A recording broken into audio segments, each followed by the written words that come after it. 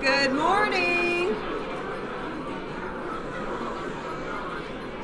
We have a lot of people here today. If I could have your attention, we'll get this program started. My name is Lisa Curtis. I'm with Curtis Builders. As president of the United Chambers of Sumner County, I'd like to welcome you to our annual luncheon today. We would like to thank Bluegrass Country Club for hosting our luncheon. At this time, we'd like to recognize all of our elected officials. If you would please stand and introduce yourselves, starting on this side of the room. Judge Brown, if you'll stand in your table, and everyone else that's an elected official. If you will introduce yourself. Did all the elected officials sit at one table?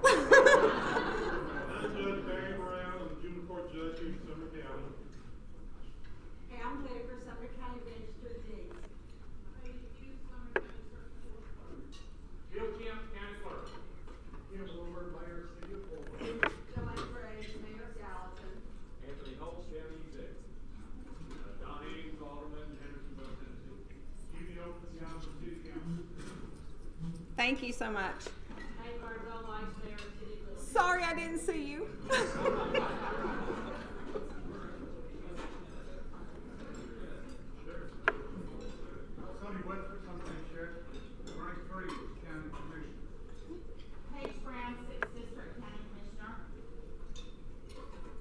We have everybody now. Thank you so much. Now we'd like to recognize our United Chambers Board of Directors and the directors of each of our 6 chambers. If all the United Chambers board members and each director of the chamber please stand and be recognized at this time. Thank you.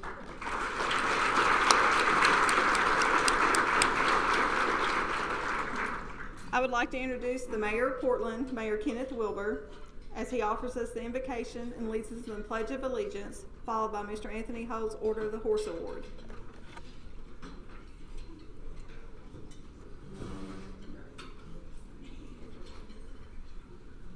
Would everyone go ahead and please stand, please?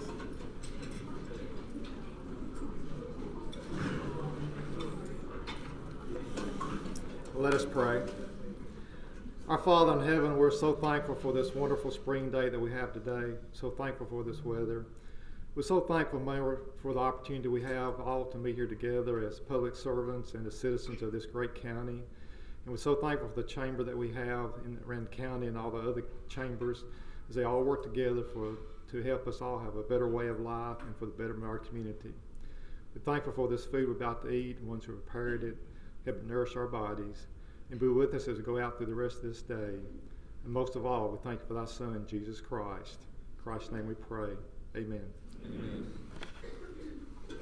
I pledge allegiance to the flag of the United States of America and to the republic for which it stands, one nation, under God, indivisible, with liberty and justice for all. Thank you.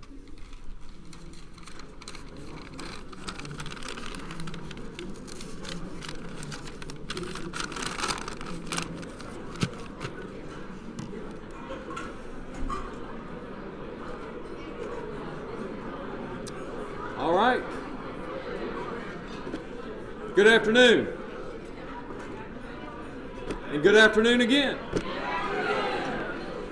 What a beautiful day, and what a packed house. I tell you what, Commissioner Schroer can really pack the house.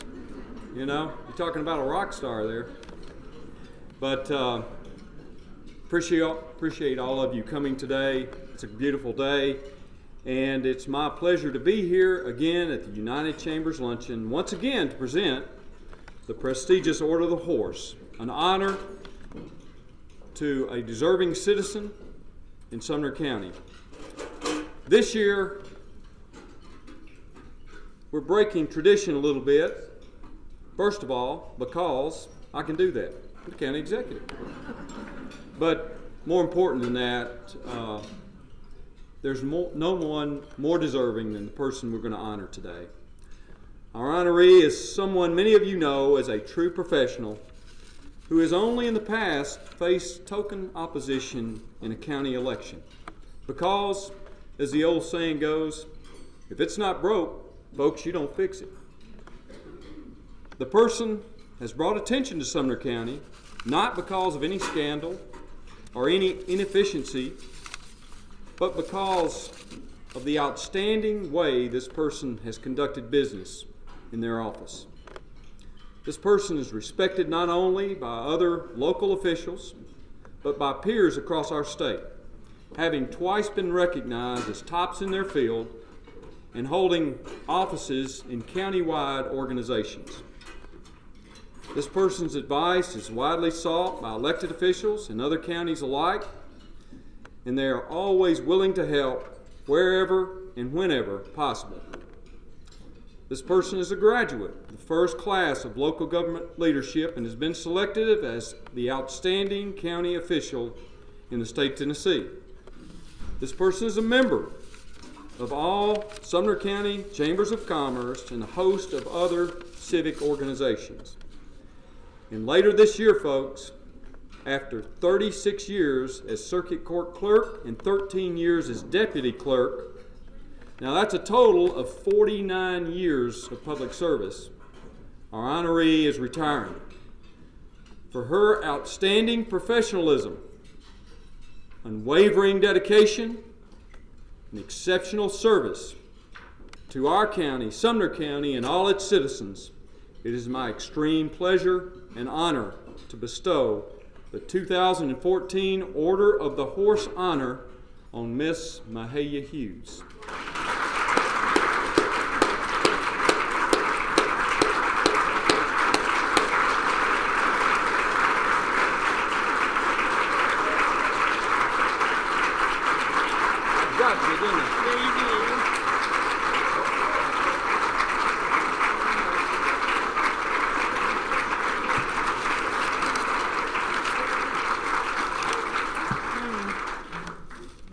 I cannot believe this. I'm just broke out in a sweat.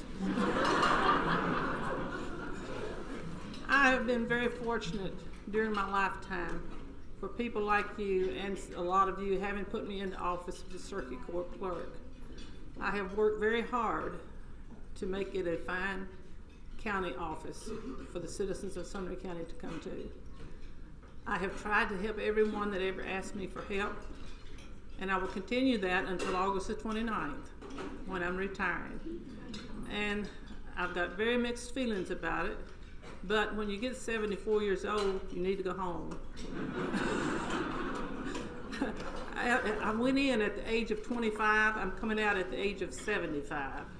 So you don't know how I've enjoyed it and what a good journey it's been. And I want to thank every one of you in here that has helped me in any way, and I hope that I have helped you if you needed help. I appreciate this honor. I can't believe I got it. Anthony? Now tell the truth. You do like me better than Bill Kemp, right? Oh, no. Don't say that. But anyway, thank you so much. I appreciate this, Ed. It means a lot.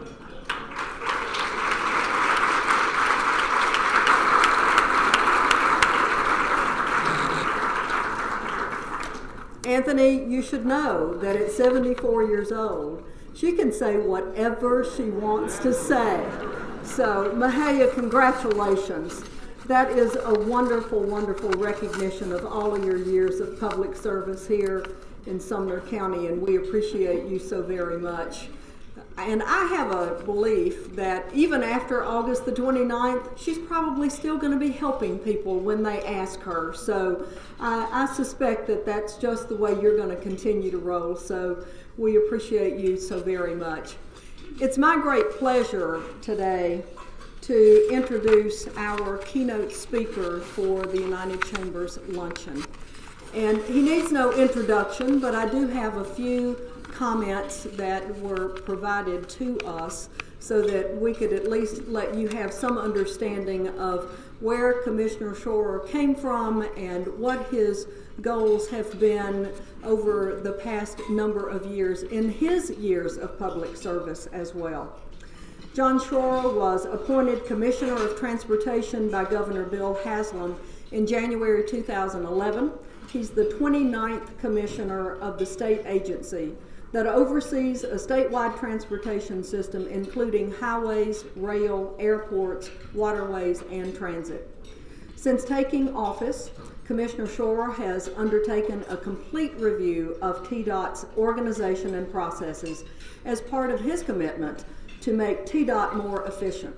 He is also encouraging more innovation, professionalism, and responsibility among his staff, as well as better communication both internally and externally.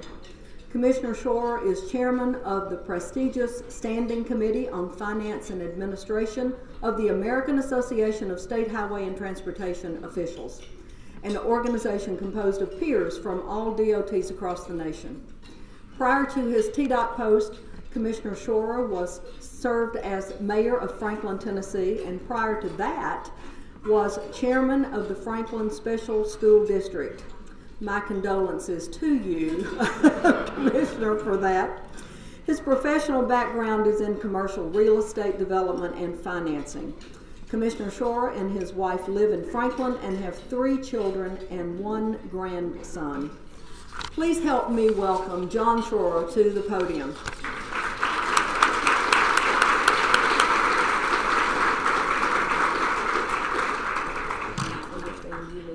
We're gonna do a little finagling. Y'all go ahead and eat. Don't worry about me. I'm not hungry at all.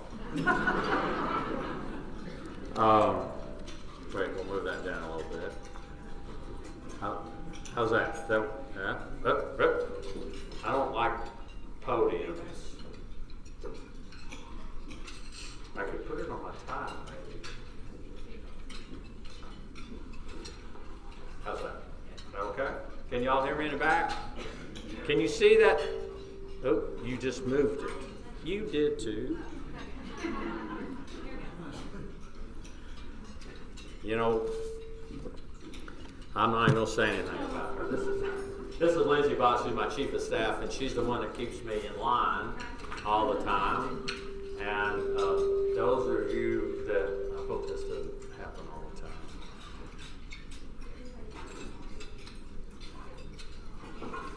Turn the thing down just a little bit. There we go. I'm happy, very happy to be here.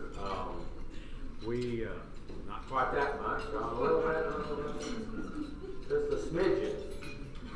Smidgen, that's a little bit more of a smidgen, not quite that much. We want, okay. All right, it does. Well, we'll try it. If not, I'll just yell. I have a big mouth. But I love it coming up here. I've come to Sumner County a lot, but I really love Bluegrass Country Club. And as a matter of fact, I've played here many, many times and actually played and qualified for the state amateur that was taken up here. That was the qualification round was up here a couple of times. I hate number 10. I have a hard time not hitting it in the water. But it's a great place, great facility, and lots of great things are going on in this area. I've recognized all your leaders. I've known your mayors for a long time. I was the mayor of Franklin for a while, and I was part of the Middle Tennessee MTO and part of the mayor's caucus, and so we've developed a lot of great relationships with your elected leaders, especially your mayors. And then I got an opportunity to the governor asked me to take over this job and run this department like I was running my own business, and we're trying hard to do that. I'm not going to have anything to do with that. And so what I'm going to do today, and I hope you all can see some of these charts. We're going to run right through them pretty quick. But what I really like to do is to talk a little bit about what. In fact, I'm having the same discussion with my county, Williamson County, where I used to be the mayor of Franklin, and there's a road project that they want really, really bad down there. And when I was the mayor of Franklin, I petitioned the then Commissioner Nicely and the Governor of Bredesen how important that road was to Franklin and Williamson County, and how bad we really needed it. And it was our number 1 priority list on our capital improvement list. And so everyone was sure that when I became the Commissioner of Transportation, that would be the first project that we did. And one is they didn't know me very well, but 2 is, I try to look at everything objectively, and it today, I've been here 3 years, it today is still not on our 3-year building plan. and much to a lot of people's dismay, and the 3 year building thing came out this year, and they really thought it was going to be on there because we did some work on it, and it still didn't quite make it. And so there's a lot of tough decisions that have to go on, and so we want to tell you a little bit about kind of where we are and where our country is a little bit in funding, both state and federal, and then kind of talk about what happens in transportation. I hope it's not boring. I try to be slightly entertaining. Y'all can keep eating. The dessert looks fabulous, but Lindsay and I gave up sweets for Lent, and that's why we're really grumpy, and it's almost over. And chips too. I cannot wait. I'm gonna eat like 6 bags of Lay's barbecue honey potatoes on Easter Sunday. I don't care about the ham. I don't care about anything else. I'm just gonna eat chips. So anyway, so let's get started, and not really, but I will. Tokes Omashawkin, why don't you stand up? Tokes is the Assistant Commissioner in charge of Environment and Planning and Security. We got a meeting the other day, and I will tell you that most of the men that work for me are relatively large. Like, he's not the biggest one. I say that the reason why I hired all those people is I tend to get in trouble a lot. Like when I go to Williamson County and they want to talk about Mac Actor, they get kind of violent. And so some of my people, at least the men, are of a size that I can have some protection when I need to. So Tokes is part environment, not too much. Okay, all right. Is it nerve-wracking to you all? Are you okay? Okay. And if you can get up and leave, it'll be okay too. But if you do, I will tell you, if you get up and leave, I do call people out when they, and I've been, and you think I'm joking, I'm not joking at all. Lori Lane is been with TDOT for about a year, and Lori, she got a new title, and I always have a hard time. You are the Director of Project Development. And so she's the one that knows everything that's going on about projects, not only here, but in Region 3. We're divided into 4 distinct regions. And can you still hear me in the back? Okay, good. Fabulous. And if we have any project-specific questions, we're going to try to leave a few minutes for questions if you have some. So let's start rocking and rolling and see what goes on. So in fact, right now you all have read the paper that the budget is about ready to get passed. We think the legislators, bless their hearts, are going home on Tuesday. You're welcome to have them back, because we'll be glad to give them back to y'all. They've been hanging out down at the plaza for a while, and so the budget, the governor's budget is about to be passed. And I do need to tell you a little bit. There's a difference between the TDOT budget and the state budget, and the governor has we've run into some problems this year in budgeting because we've not gotten the revenue mainly out of some of our tax areas, and so our dollars are down. And so they've asked departments to cut a little bit to help budget. State employees are not going to get a raise this year. Teachers are not going to get a raise this year, and if the current budget plan passes. And so that's hard for everybody. We know that. And the governor has been really strong about trying to push salaries both for teachers and for employees. But sometimes if you just don't have the money, you just can't do what you need to do. But we are funded a little differently.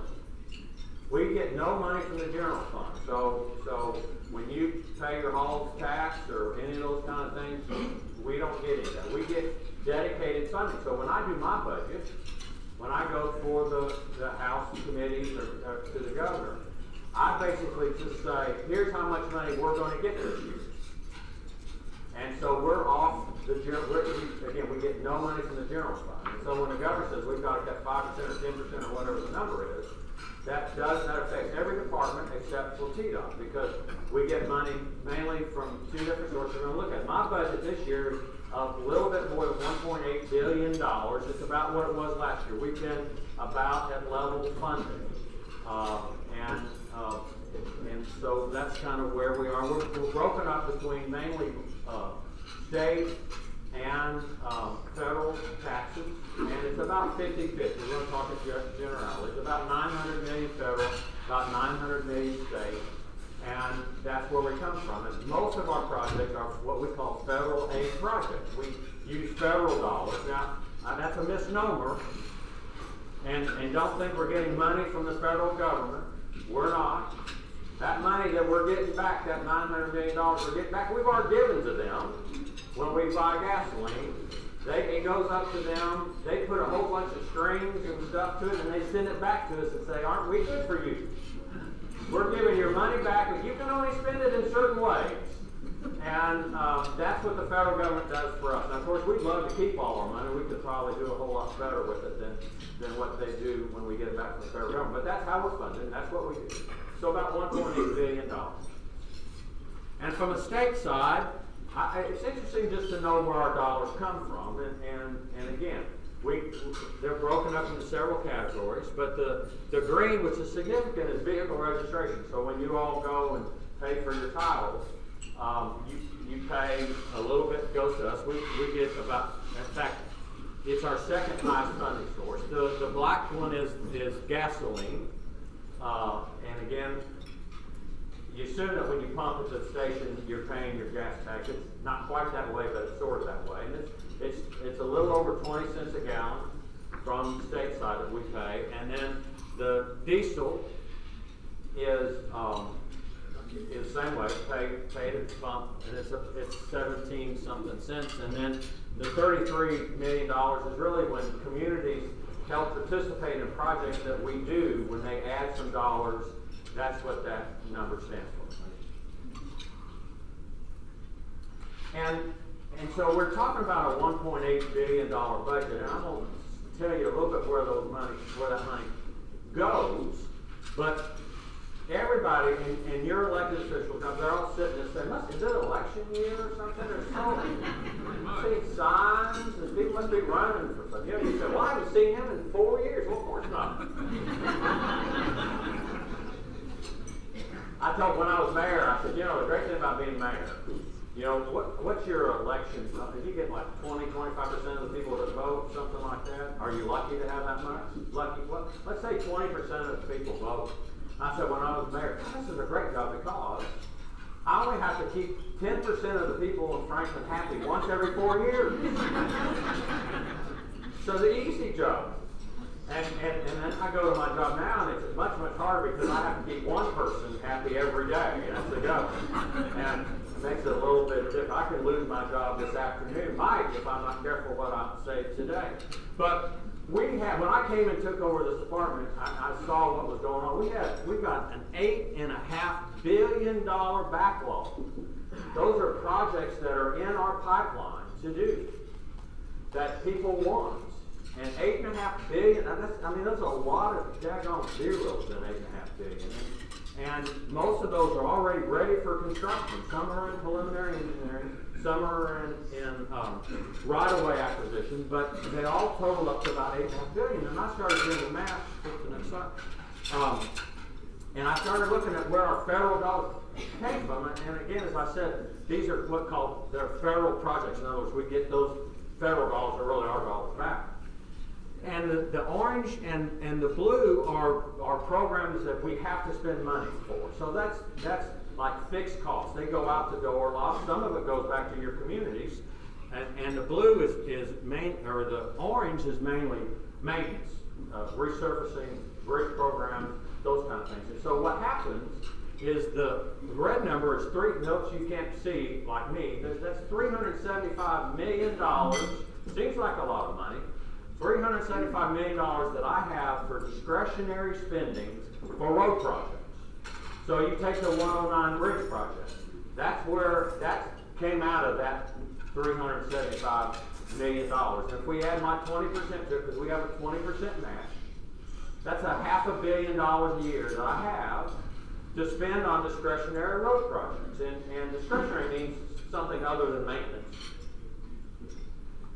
And so you do the math. If I get $500 million a year and I got an $8.5 billion backlog, that's about 20 some odd years, almost, to build what I have to do. And no one can wait that long. You know, if I tell you, okay, can you wait 20 years for a road project? And everybody says, well, I won't be in office. Well, you might be. Well, you were there for 37 years. So my son might still be there. I never would. But so we've got to figure out what to do. And so one of the things that we did was we created a program called Expedited Project Delivery. And really all that means is we've gone to look at every single project we are looking at to see if what we've got designed, is that what we have to build. And a lot of times what we would do before, we would let communities say what they wanted. Not that communities aren't great. They would say, yeah, I want a 4-lane divided curb and gutter, roundabouts, medians, walkway paths. That's what I want. And we would say, okay, that's fine. We'll give it to you. And we did that all over the state. And that's part of that's that $8.5 billion. And part of that's that road project in Franklin that we're not going to be doing roundabouts and all that kind of good stuff. And so we said, what if we started at the bottom and said, what do the communities really need to fix their problems? Let's don't let the amateurs figure out what they need. Let's let the professionals decide. That sounds like a legislator. I'm sorry. We don't want to talk about the AMP at all today. But what we did, we said, okay, what is the problem that communities have, and what can we do to fix it? And we find out a lot of times they didn't need a 4-lane divided highway. They needed a 2-lane with shoulders. Or they needed a road that needed to be straightened out because it was real curvy. Or something other than what was designed. And so last year we went through and we found just five projects that we went through, and we saved $180 million in 5 projects. And we looked at a total of about 30. And so we are continuing to look at these projects and trying to develop them. And the reason why we call them expedited project delivery is that when we do that to a project, we go to a community and we say, okay, I know you wanted a 4-lane, but we're going to build a 2-lane with shoulders. But if we do that, we can do it a lot quicker than if we stay with the big program, because there's not enough money for that. But we can probably do the small one, and communities, by and large, have said that's fabulous.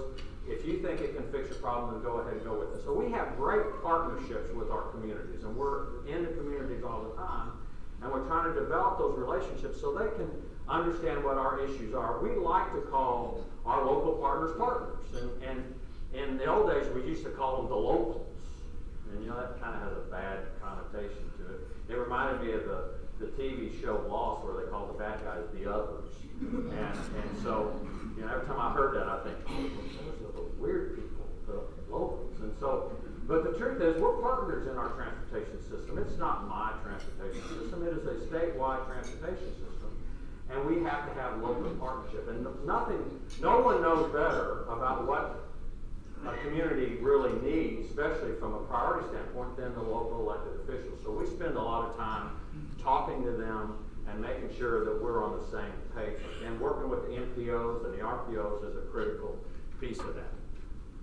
One of the things I'm really most proud of, and this, if a lot of you have given money to charities, you'll relate to this, and I hope you all do. But a lot of times when you give money to charities, you ask, well, how much of that dollar that I give is really going to your cause?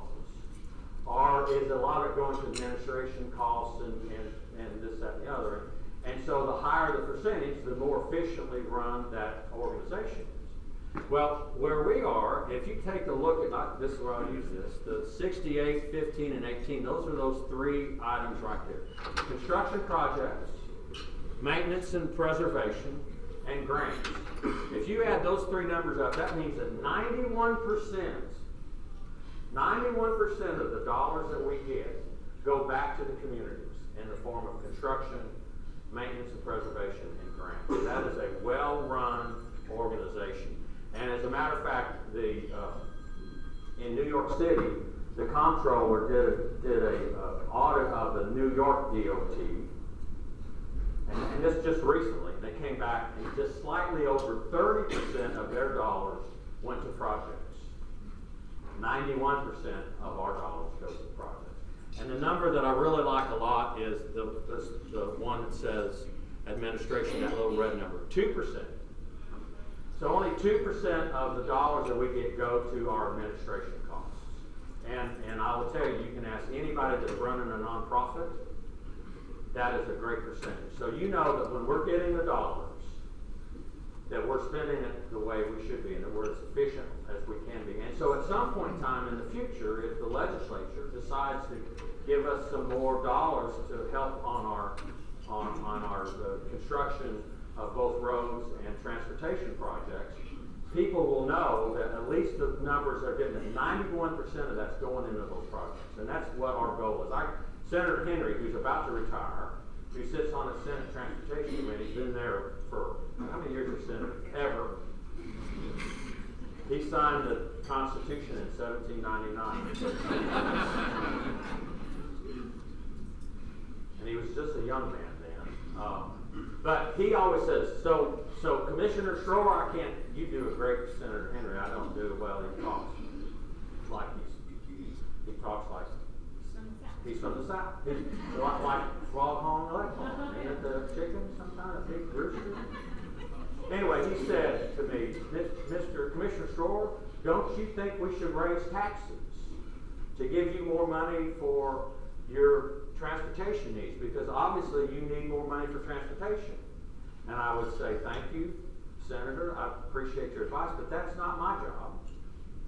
My job is to spend the money that you so graciously give me, so that you need to decide how much money we get to have. And so I'm trying to tell people, if you give me money, it's going to be spent wisely. Now we're gonna, and I'm still working on time. I know y'all have to. Oh, I'm a great show. Wow. I can go tell some stories. Or a joke. You know the old cow and the young. No, I can't tell that one. We love telling stories at TDOT. On a serious note, as I said, we get funded from the federal government through the money that we send up there. Now, for the last 5 years, they've been actually committing more dollars than they've been receiving. Doesn't that sound odd that Washington would do anything like that? And, so now, our funding bill, which runs out September 30th, has had a funding source to it. Well, the funding source is called the Highway Trust Fund, the Federal Highway Trust Fund. And usually we have a long-term funding bill, and this time we only had a 2-year funding bill because that's all the money they could find. But the problem now is that we're going to run out of money before the bill runs out. So the bill runs out September 30th, but the funding, the Federal Highway Trust Fund, will be insolvent sometime in July or the first part of August. And there's no signs of anything happening in Washington to help that. So what that means is, starting those days, when I send a bill up to Washington to get paid, they're going to start early, like in the next month or two. They're going to start analyzing how much money they think they're going to have to pay out, and then they're going to discount it by how much money they think they have, and we're going to start getting percentages of our bills. So, that'd be like your paycheck saying, well, the state's running out a little bit of money, so I know you're supposed to get $3,000, every month, but now you're only going to get $2,000 because that's all the money we have. So you're going to have to wing it for that other $1,000. That's what they're saying to us right now. So that we know, starting in June or July, we won't get our money back. That they've already, they've already committed to give us this money. They've obligated these dollars, but they obligated dollars they didn't have. Again, I can't believe Washington would do anything like that. And so, what will happen, and what we're really concerned about, is that not only are we going to run out of money between now and September 30th, but the bigger issue is what's going to happen after September 30th in the new funding bill, because they have to have one. And as I said, we send money up to Washington, and right now the Highway Trust Fund gets about $32 billion a year, and they disperse that out amongst the states. But they have been dispersing out about $42 billion a year, so hence the shortfall. And I think, in fact, they sent a pretty clear message this week from the Congressional Finance Committee, that was Paul Ryan's committee. You know him, he ran for vice president. I've forgotten his name. It's amazing how quick we forget who ends up second in any country. But anyway, Paul Ryan said, we're going to approve the funding bill based upon how much money the trust fund gets, the $32 billion. We can't find any additional dollars. That's what came out of his committee just this week. So what that means is, because we've been over-obligating for the last 5 or 6 years, in 2015, there will be $0 to give to the states, because they're going to take that $32 billion and pay back their past transgressions. And so my 3-year building plan, which you all have looked at, which includes the phase from the bridge to Gallatin, which includes the work at the interstate on 65 and 109, there won't be any money for that. Nothing. Zero. And so, not only that, if that's what they do, then in 2016, instead of me getting $900 million a year, because they've been spending $42 billion, I know the numbers get kind of crazy, but they're back down to $32 billion, which means I only get $600 million a year. So my budget will be cut from the federal government by 33%. And so all of you all in business, and you own a company, and you think about, and you do your annual budgets, and you do your cash projections, and you got to make sure you pay your salaries, and all the things you have to do on a business. Think about, so it's right now. And so think your fiscal year starts on July 1st. And then say, now, there's a chance that in 3 months, my revenue will be cut in half.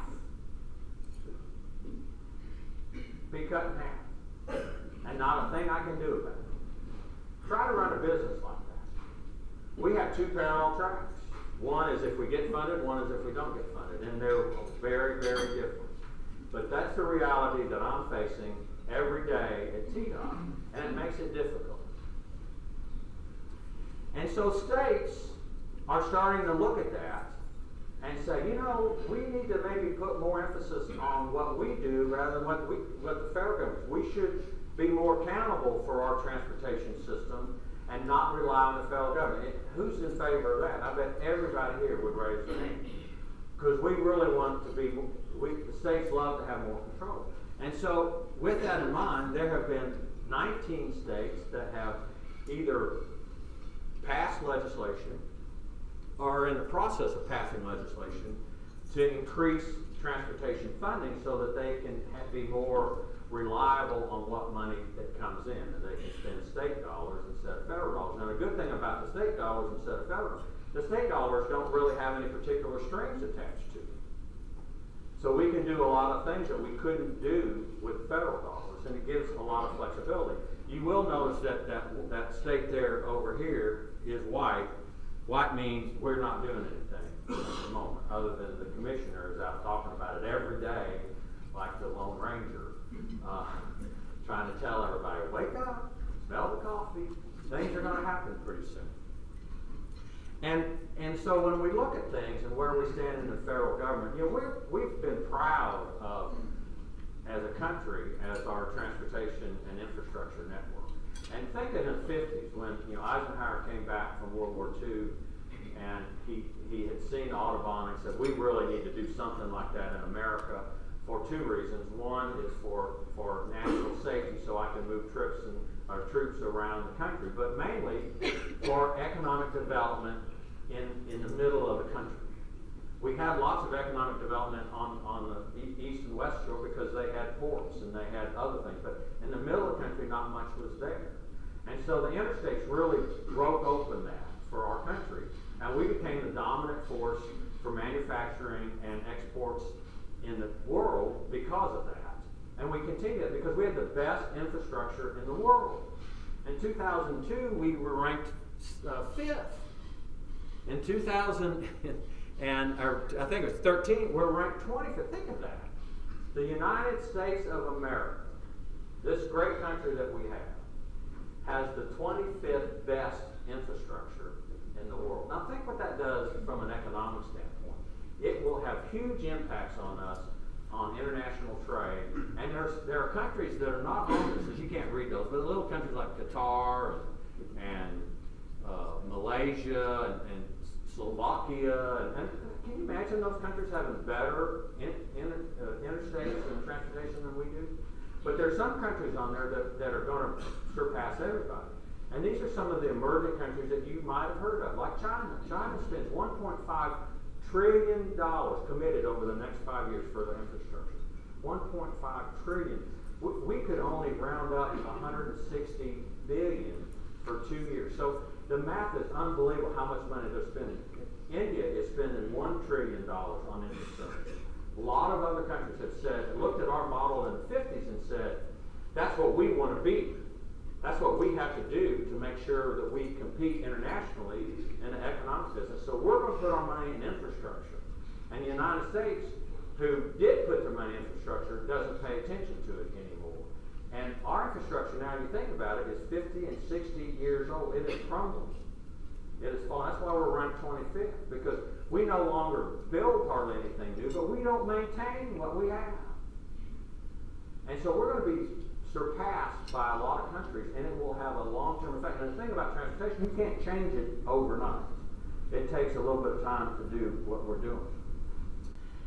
And I go around and talk about this, but the one thing that sometimes what I say to people falls on deaf ears. And the reason being is we have such a great transportation network in Tennessee. We were ranked second by CNBC as having the best transportation system in the nation. We're only... We need to get that flag.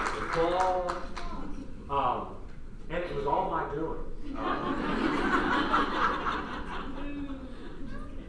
I've been here for 3 years. We moved it that much in 3 years. It was unbelievable. We were ranked like 48th when the governor came in. Moses, I'm so good. We're right behind, and this is an interesting fact, we're right behind Texas. Texas is ranked first, they say. I don't believe it, but that's what they say. But here's what I can't say, and I do know for a fact. The Department of Transportation in the state of Tennessee has $0 in debt. We owe nobody nothing.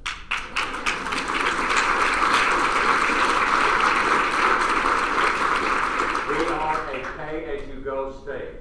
And there are now only 4 states in America that do that. We believe in the Dave Ramsey principle of road building. If you got the money, you can build it. If you don't got the money, you can't build it. And that's what we do. And that philosophy has been here forever. And in fact, Governor Austin Peay was the one that invented the statement as pay-as-you-go, and that's what he started, and we've kept that in place.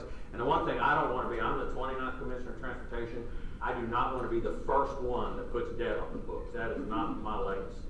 So we're ranked second. Texas, ranked first.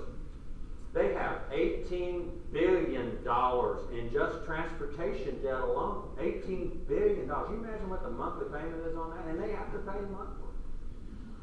The state of Tennessee, thanks to some great guidance and long-term fiscal responsibility, has only $5.9 billion in total debt. We have the lowest per capita debt than any state in the nation, which is why our credit rating is so good. But we don't care because we don't borrow that much money. And that's, again, another, when you have all the money in the world, you get great interest rates, but you don't need to borrow money. And so I'm proud of that fact. But what happens is when you all drive around and you go through our great state, we've been to every corner of the state, we have a great transportation network. And I know almost every one of you have said, I can tell when I leave a state and go into Tennessee because the roads are smoother. It happens all the time. We're ranked one of the best by Truckers Association of America. We do a great job in maintaining, preserving what we have, and we do it as a pace to go. But when I start saying we're running out of money, it doesn't really rise to the top because people say, well, you got a great transportation system. But what we can't do is let it deteriorate. Because we are so competitive in the job market. We are so competitive. The governor and Commissioner Haggerty do such a good job of bringing in businesses to this community. You just had a huge announcement of Beretta coming in forward, announcement in Murfreesboro yesterday. All the time, we are bringing in jobs into this great state. And one of the reasons is because we have a great transportation network. In fact, in almost every ECD deal that goes out, there's a transportation component. Because they mostly manufacture something, they need to get their products to the market, which means they have to manufacture them here, drive on a road, go to a rail station or a port station or whatever to get their products out, and they want to do it on good roads with on-time delivery, and that's one of the reasons why we excel so much. And there's two charts here that I'm going to show that makes me even more proud of what we do. VMT is vehicle miles traveled, the number of miles that people drive on our roads across the state. We receive the least amount of money per vehicle miles traveled. So the number of cars driven, the least amount of money than any state in the nation. We're last in revenues per VMT, and we are last in revenue. What was the first? The first. I'm sorry, the first one. God, I was doing so good too, and I got screwed up. Go back to the other. See, I try. I can't keep these people straight. We're last in per capita. Just right at the climax, I was doing so good. Still a good chart. Both of them are good. We're last in per capita revenue. So the number of people in this state, we get the least amount of money per capita than any other state in the nation. And the next slide, the least amount of money per VMT, which means, again, goes back to my efficiency ratio. We are spending our money better and wiser than any other state in the nation because we have the second best roads in the nation, yet we have the least revenue per VMT and per capita. That is a well-run organization. I'm very proud of that. Now the president, and I'll go real quick, has proposed a new budgeting plan for transportation. And in fact, on Tuesday next week, the Secretary of DOT will be here to talk a little bit about what the president's plan is for national funding. And he's got a 4-year plan. It's going to have $302 billion, which is great. It's going to add $150 billion to the coffers if they do it, but it's coming from tax reform. And really what that is, without getting complicated, it's repatriating foreign dollars back to the United States from United States companies that have money invested in foreign countries. And so it's a one-time shot. And it doesn't do what I really want it to do. It doesn't address the long-term funding issue that we have in our state and our country because we are funded by the amount of gallons people burn in their cars and trucks. And we're burning less gallons every day because people are driving less and they're driving cars that burn either less fuel or no fuel at all. And yet we're funded by that source. So we've got to look at how we fund transportation. It is a declining. Our resources are declining, and yet our costs are increasing. The last time we had a gas tax in the state of Tennessee was 1989. And the last time we had a federal tax increase was 1993 or 2. And yet, so we're level in our funding for a while, and now it's dropping, and we're having to build roads and maintain roads, and our costs, of course, are increasing. We're basically a petroleum-based industry. We use pavement's petroleum-based. So we are really I've got an expense chart going this way, I've got a revenue chart going this way, and they've now separated, and we're going in the wrong direction. So we as a nation and we as a state are going to have to address our funding issue very soon, or we're not going to be ranked 25th, we'll be ranked 50th or 60th or 100th. And the worst thing that scares me is that now we have we're ranked 7th in structurally deficient bridges in the nation, which is really, really good. But we're going to have a crisis someday. We're going to have a tragedy someday because that's where it can happen. We're very careful what we do, but I'm worried about that across our nation. And I think the last one, you can't read it, but it says, on second thought, if you see that it says, caution pothole ahead, that's what that says. On second thought, perhaps the idea of raising the gas taxes is a good one. So with that, I will end. You got a couple minutes for questions, or do I need to sit down? No, it's exactly time. Thank you for not asking any questions.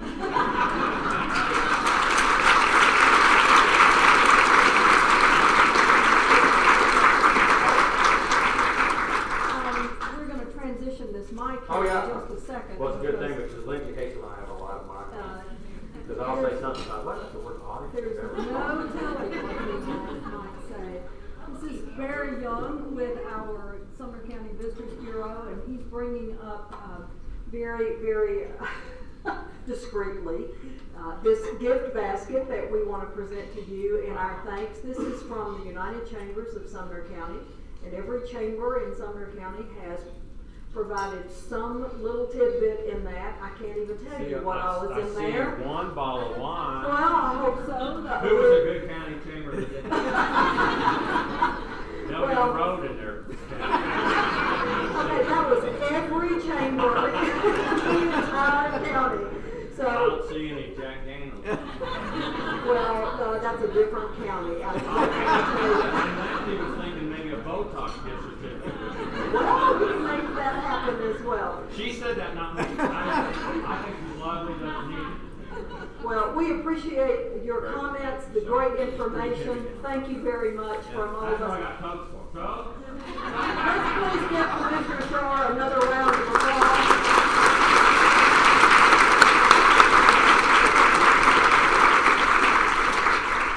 We're so grateful for all of the wonderful work that goes on. It's a really, I'm sure, challenging situation to try to do more with less. And we all try to do that on a regular basis. I'm going to backtrack here for just a minute because one of the things that I didn't do when I got up here before is tell you who I am. This is home to me, and so many of you folks I already know, but not all of you may know who I am. I'm Brenda Payne. I'm with the Hendersonville Area Chamber of Commerce, and I want to welcome you to our fine city of Hendersonville today. I also want to thank, and I know that that's been done already today, but I want to thank the board for the United Chambers of Commerce and all of the staff folks because they do a great job in making sure that this happens.